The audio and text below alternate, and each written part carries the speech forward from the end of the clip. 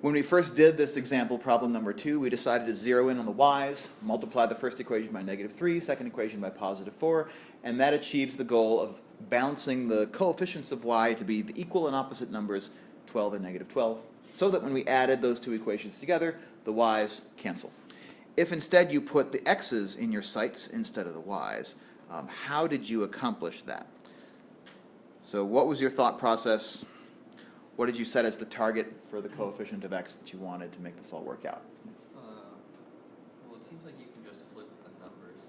Oh, interesting. Yeah, so I did -5 up top and 3 down below. Okay, so you're kind of cutting out the middleman a little bit there, because what you end up reasoning in this example is, well, -3, well, let's again forget the negatives, 3 and the 5, the coefficients of the x's, multiply those together, get 15. And so we kind of set 15 as the target. But then your observation is, well, you know, we don't have to think that hard about how to multiply these two equations. We could just multiply each of them by the x coefficient of the other one. And if we do that, we're always going to end up getting their multiple as the coefficient of the x.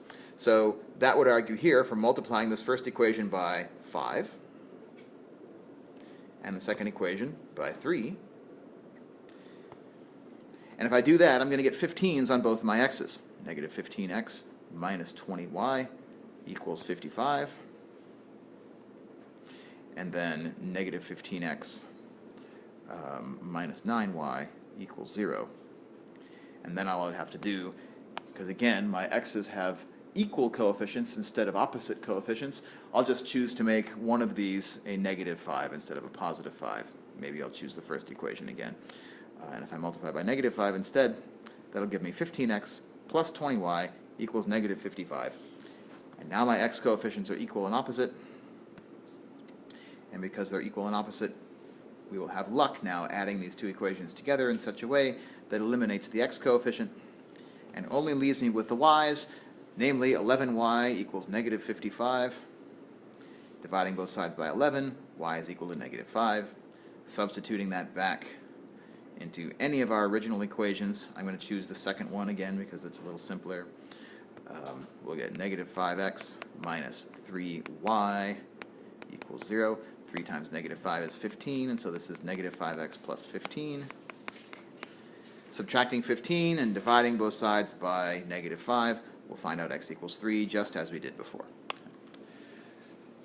So I think that the shortcut that you described is one that is worth hanging on to, right?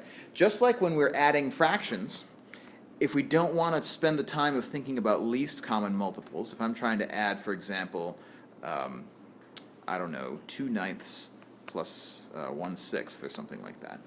If I don't want to think too hard about common denominators, I can just multiply my two denominators together, and that will always give me a common multiple that I can use for a common denominator.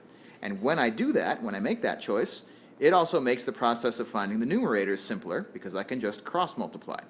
So that's what we're seeing at play here in the system of equations methods, is that when we set as our target the product of those two numbers, it also makes the thought process for how to balance them simpler, because it automatically tells us what we need to be multiplying the other equation by.